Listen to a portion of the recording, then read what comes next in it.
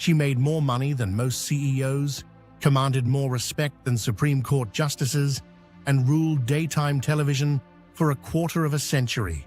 Judge Judy wasn't just a TV show, it was a cultural phenomenon that turned Judith Sheindlin into one of the most powerful women in entertainment. But here's what nobody talks about. At 82, the woman who could silence anyone with a single glare now sits in mansions so quiet you can hear the emptiness echo through the halls. The same iron will that built her empire may have destroyed the relationships that mattered most, and the decisions she made in pursuit of fame left scars that millions of dollars can't heal.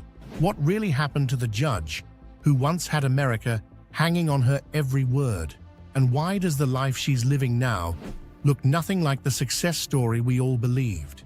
The truth is more heartbreaking than you'd ever imagine. Judith Susan Blum wasn't born into power. She grew up in Brooklyn in 1942, the daughter of a dentist father she adored and a practical, no-nonsense mother who taught her that words were cheap and actions told the real story. That lesson would shape everything that came after. But before the fame, before the millions, before America even knew her name, Judy was just another young lawyer trying to find her place in a world that didn't want women in courtrooms. After passing the New York bar in 1965, she landed what looked like a solid job as a corporate lawyer for a cosmetics company. She was 23, ambitious, and ready to prove herself. But within 2 years, she realized something that would haunt her for decades. She hated every minute of it. The work felt meaningless, the days dragged on, and deep down, she knew this wasn't what she was meant to do. So she made a choice that shocked everyone around her. She quit, just walked away from a stable career to stay home with her 2 young children, Jamie and Adam. For 5 years, she tried to convince herself that being a full-time mother was enough, but it wasn't. The restlessness gnawed at her.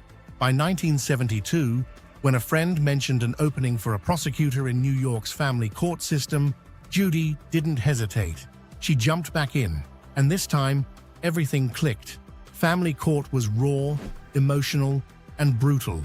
Cases involving abuse, neglect, custody battles, the kind of work that broke most people. But Judy thrived. She wasn't there to make friends or sugarcoat reality. She was there to cut through the lies and deliver justice, fast and final. Her reputation grew quickly. By 1982, New York Mayor Ed Koch noticed her work and appointed her as a criminal court judge. 4 years later, she was promoted again to supervising judge of Manhattan's family court. She had a style nobody could ignore, sharp, direct, and completely unfiltered. Some called her harsh, others called her brilliant. But everyone agreed on one thing: you did not lie to Judge Judy Sheindlin. Then came 1993, and everything changed. A journalist from the Los Angeles Times wrote an article about this firecracker judge in New York who was shaking up the system. The story caught fire. Producers at 60 Minutes saw it and invited her on the show. When America watched that segment, they couldn't look away. Here was a woman who didn't play games, didn't waste time, and didn't care if you liked her or not.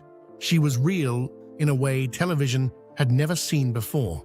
In 1996, television producers approached her with an idea: a courtroom reality show featuring real cases and real rulings.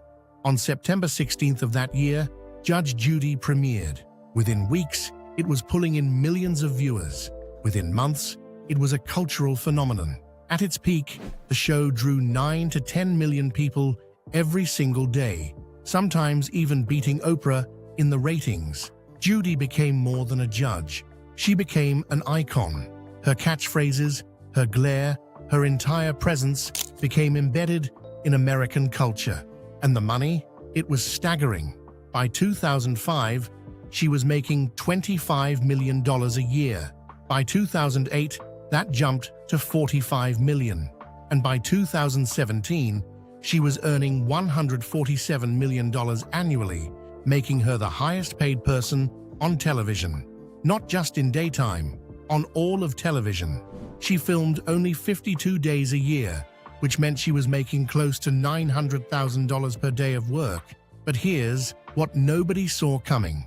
While Judy was building an empire on screen, the foundation of her personal life was quietly crumbling beneath her feet, and the cracks were about to become impossible to ignore. Success in public doesn't guarantee happiness in private. And for Judy Sheindlin, the higher she climbed, the more she lost along the way. Her first marriage should have been a clue about what was coming. In 1964, fresh out of school, she married Ronald Levy, a fellow attorney who seemed like the perfect match. They had 2 children together, built what looked like a stable life.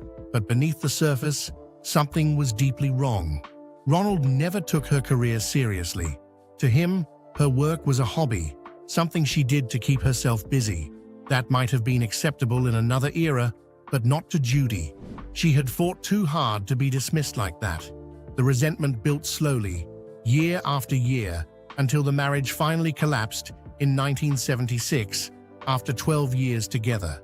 She was suddenly a single mother, raising Jamie and Adam on her own while trying to build a legal career in a system designed to keep women out.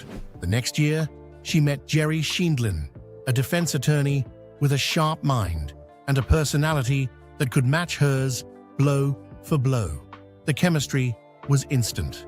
They married in 1977 and seemed perfect for each other. Both were tough, both understood the law, both thrived under pressure. But even the strongest connections can break under the right kind of stress. In 1990, Judy's father died. Murray Bloom was the man she called the greatest thing since sliced bread, her hero, her anchor. When he passed, Judy crumbled. She needed Jerry to step up, to be there for her in a way he'd never had to before. But Jerry didn't know how to give her what she needed. He was a man who lived on logic and structure, and grief doesn't follow either of those rules. Frustrated and overwhelmed, Judy gave him an ultimatum. When Jerry responded with a challenge instead of compassion, she filed for divorce the very next day. The split shocked everyone. But here's the thing about Judy. She doesn't do anything without conviction. If she files for divorce, she means it.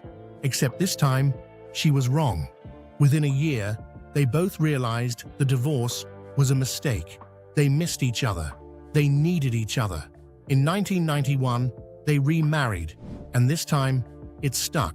They've been together ever since, building a blended family of 5 children, 3 from Jerry's previous marriage, Gregory, Jonathan, and Nicole, and Judy's too. But being married didn't solve everything. In fact, as Judge Judy exploded in popularity, Judy faced a problem that fame couldn't fix. She was never home. The endless filming schedule, the constant pressure to maintain her image, the relentless pace of production meant she missed nearly everything that mattered. School plays, family dinners, birthdays, the small moments that build a childhood. Years later, she would admit that her greatest regret was not being there enough for her children. She carried that guilt everywhere, a weight that no amount of success could lift. One of her close friends revealed that Judy constantly blamed herself, always wondering if she'd done enough, always knowing the answer was no. Then, in 2011, something happened that forced her to confront her own mortality. During a live taping, Judy suddenly started slurring her words. Her face went blank. The sharp, quick woman America knew vanished in an instant. Production stopped. Paramedics rushed in. She was taken to the hospital where doctors delivered the diagnosis. She'd suffered a mini-stroke, a transient ischemic attack that could have been much worse. She recovered quickly, but the scare changed something. She started working out daily, changed her diet, began taking medication to prevent another stroke. But she didn't slow down. If anything, she pushed harder, as if trying to outrun the reality that time was catching up. Today, her 5 children are grown with lives of their own. Family gatherings are rare. The distance between them isn't just physical, it's emotional, built from years of absence that can't be undone. Even bringing her granddaughter Sarah Rose onto Judy Justice as a law clerk felt like an attempt to reclaim something she'd lost, a way to pass on a legacy to someone who might actually remember her presence. But the damage was done. And as Judy's fame grew, so did the list of people who felt left behind, including the one person who had stood by her side for over 2 decades, and the controversies that would make people question everything they thought they knew about her. For years, Judge Judy was untouchable. Millions trusted her. Networks paid her a fortune. She seemed immune to the kind of scandals that destroyed other careers. But every empire has cracks, and Judy's were about to become impossible to ignore. The first real blow came from inside her own production. Former staff members started speaking out, and what they described was disturbing. They painted a picture of a workplace filled with harassment, discrimination, and fear. Much of the criticism centered on Randy Douthat, the show's longtime executive producer. Accusations against him included inappropriate behavior, verbal abuse, and creating an environment where speaking up meant losing your job. One producer, Courtney Bullock, filed a lawsuit claiming she'd been harassed and then pushed out after complaining.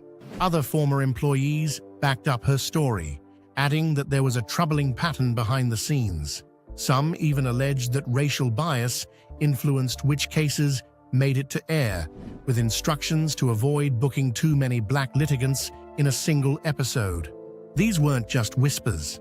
Court documents and media reports laid it all out. And the question everyone asked was, how much did Judy know? She claimed she had no knowledge of any misconduct, defended her team publicly, and continued to support Douthat. But for someone who built a career on accountability, her response felt hollow to critics.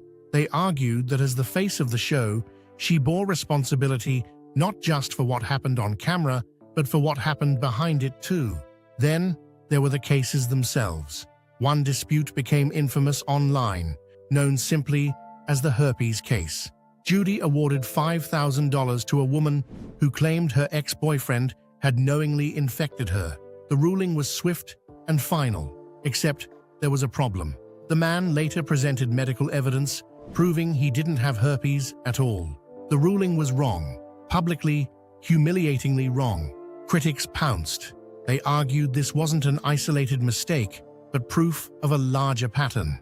Judy made snap judgments based on emotion and performance rather than evidence. For a show that claimed to deliver real justice, it was a damning revelation, and it raised an uncomfortable question.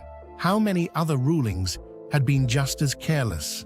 Over the years, more viewers started noticing things they hadn't before. Litigants who struggled to express themselves, those who spoke broken English, people without formal education, were often cut off mid-sentence, mocked or dismissed. What once seemed like tough love now looked like cruelty. Social media lit up with accusations of classism. People pointed out that Judy seemed particularly harsh toward poor defendants, those on government assistance, anyone she deemed irresponsible. The woman who claimed to stand for justice was being accused of punching down, of humiliating the vulnerable for entertainment. And in an era where conversations about inequality and systemic bias were impossible to ignore, Judy's style started to feel outdated, even offensive. But perhaps the most personal controversy involved someone who had been there from the very beginning. Petrie Hawkins Bird, known simply as Bird, had been Judy's bailiff for over 20 years. He was the calm to her storm, the steady voice that kept the courtroom in order. Fans loved him. He was part of the magic. So when Judy launched Judy Justice in 2021 and Bird wasn't there, people were furious. He later revealed that he'd never even been consulted about the new show. He wasn't asked to audition. He wasn't given a heads up. He found out the same way everyone else did, by seeing someone else in his spot. Bird admitted he felt confused and dismayed, though he publicly wished Judy well. Judy's explanation: the show needed a younger face to appeal to a new generation.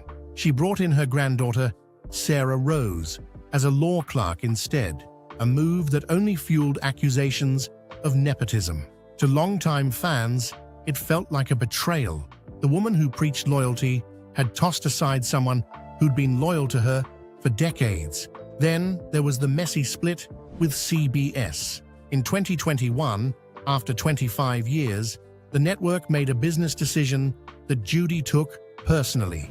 Instead of continuing with fresh episodes, CBS paid $99 million for the rights to air reruns. They also sidelined Hot Bench, another courtroom show Judy had created.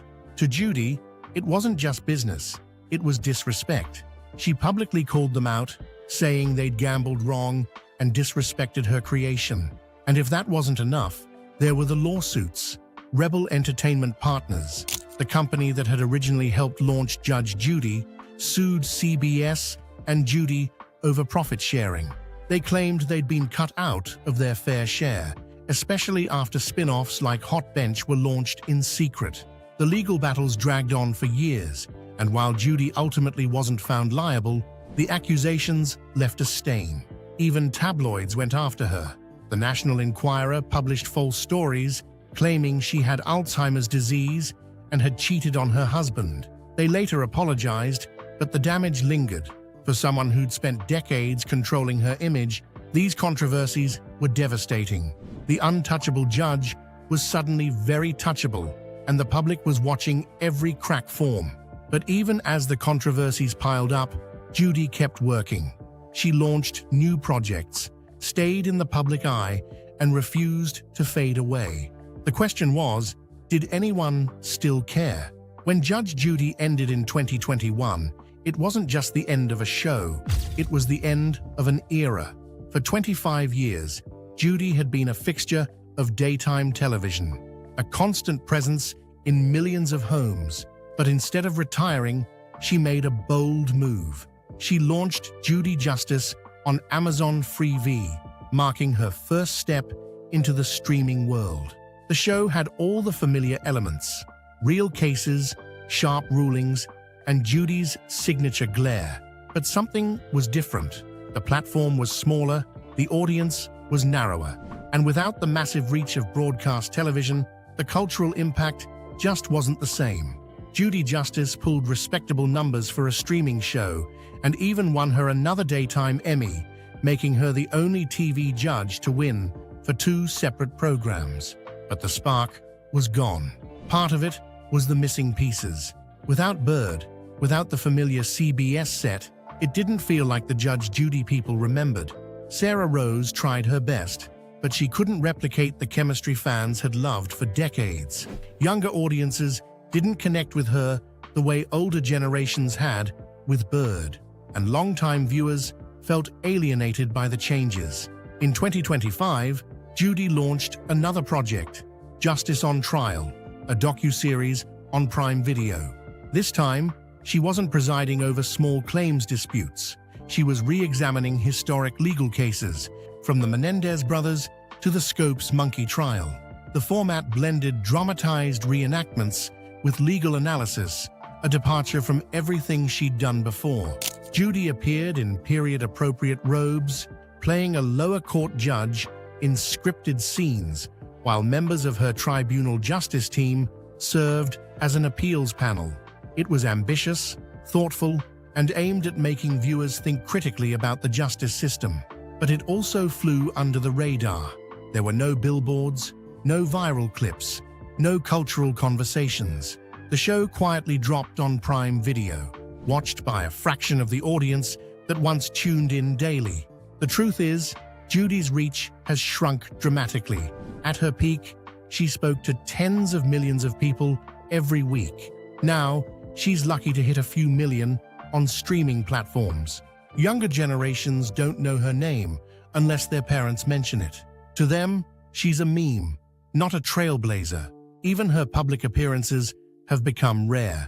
She still shows up occasionally, looking sharp and put together at 82.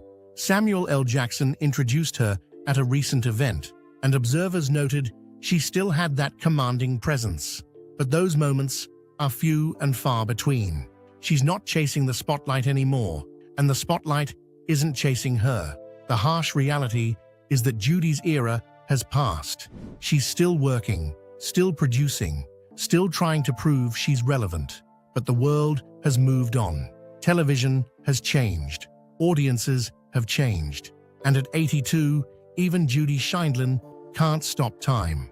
Which brings us to the most painful truth of all, what her life actually looks like now, behind all those closed doors. At 82 years old, Judith Sheindlin has everything she once fought for: a net worth estimated at $440 million, multiple luxury homes, a legacy cemented in television history, awards, accolades, and a level of fame most people never touch. But here's what money can't buy: the time she lost, the relationships she neglected, and the quiet moments she can never get back. She lives primarily in Florida now with Jerry, who remains her steadfast companion after all these years. Their home is peaceful, private, everything you'd expect for someone of her stature. But those close to her describe a different reality. Behind the scenes, Judy deals with persistent fatigue. She requires regular medical checkups to monitor her health, a reminder that the mini-stroke she suffered over a decade ago was just the beginning of her body demanding she slow down. Still, she refuses to stop working. Even now, she's reviewing case files, filming episodes of Judy Justice, and staying involved in production decisions. It's as if she's afraid that the moment she stops, everything she built will disappear. Or maybe it's simpler than that. Maybe work is all she has left. Her 5 children, Jamie, Adam, Gregory, Jonathan, and Nicole, are all grown now. They have their own careers, their own families, their own lives that don't revolve around her. Family gatherings are rare. Holidays feel emptier. The woman who once commanded a courtroom with absolute authority now sits in mansions where the silence is deafening. She tries to fill the void with philanthropy. She's donated money to educational programs, provided scholarships for students who need a fighting chance, the same chance she once fought for. She said she wants young people to have opportunities she had to claw her way toward. It's meaningful work, but it doesn't erase the absence her own children felt growing up. Sarah Rose, her granddaughter and current law clerk on Judy Justice, once revealed something telling. She said that despite Judy's tough exterior, there's a deep sadness underneath, a regret that only those closest to her can see. Judy blames herself for prioritizing work over family, for missing moments she can never reclaim. Even her relationship with Jerry, strong as it is, can't fill every gap. He's older now too, spending much of his time away from the spotlight, content to live quietly while Judy continues her relentless pace. They're together, but in many ways, they're also alone in their separate worlds. At 82, Judy Sheindlin is a living paradox. She proved that a woman could dominate a male-driven industry. She shattered barriers, built wealth beyond imagination, and became a symbol of no-nonsense justice. But she also proved something else, that success, measured only in money and fame, leaves you with mansions full of memories you never made and relationships you can't rebuild.